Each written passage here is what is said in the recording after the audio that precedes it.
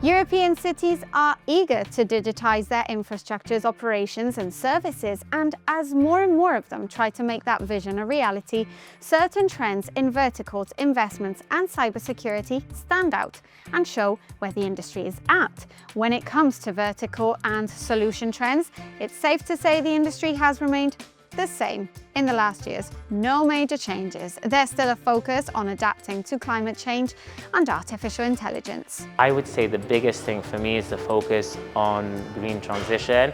In fact, if you look at the Commission during the last von der Leyen Commission and this Commission, they always talked about the twin transition. There's a belief that the digital transition can support green ambitions in a sense of, for example, making transport more efficient, making water usage more efficient, lighting more efficient, heating more efficient. The AI, of course, digital twins. Digital twins in urbanism, in mobility, in environment, it's been huge. Although there hasn't been a change in what cities are looking for and looking to solve, there has been a shift in the perception of digitalization. The industry has seen that data and technology by themselves are useless. It's about the insights they give, the actions municipalities will take thanks to them, and the return on investment, whether money or benefits for residents. This may sound obvious, but it's sometimes lost in projects. What good is having data on heat islands if it's not used to plant more trees in an area to cool it down and improve the experience for residents, for example?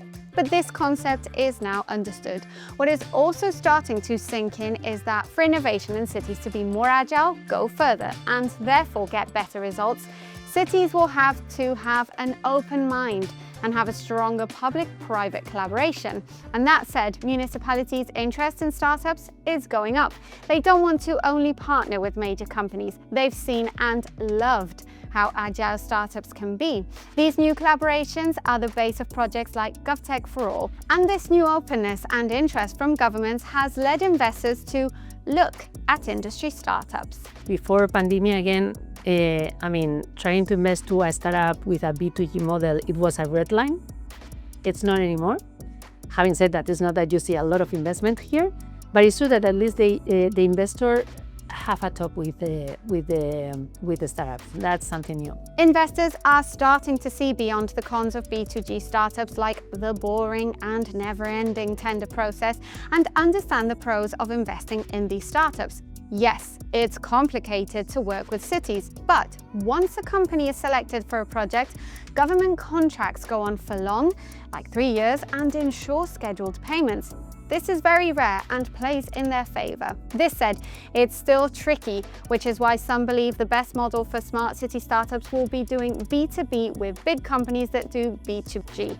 And we know big companies are interested in these startups. There are many examples of the big acquiring the small, like Google and Brizometer. There's another trend we can't skip when talking about city digitalization: cybersecurity. As more cities turn to digital solutions, they become more susceptible to attacks. Cities struggle to keep up with a fast-changing industry. You have to, manage a lot of different providers with different solutions, different platforms, and you have to trust them. And you cannot directly trust them in a regular way. So you have to subscribe certain agreements, certifications, and be very focused and oriented on what you're doing with your providers. Cybersecurity concerns have even reached a point in which some countries have adjusted their procurement rules and banned solutions made in China. Almost 2 years ago, we got the recommendations from the National Security Ministry to change and not to use in their activities the products produced by the non-trust companies. So it means that all the IT systems should be updated with new sensors, with new elements which will be produced by the European Union, or not necessarily European Union, but non-Chinese, let's say, companies.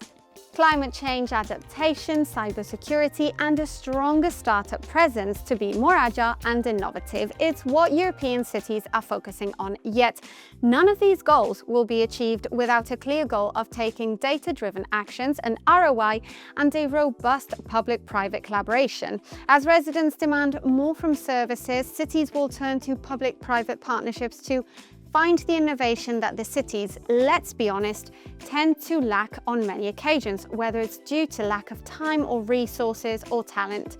This can be a ray of hope for B2G startups who will have to learn to speak city language to be successful, now that more opportunities arise for them.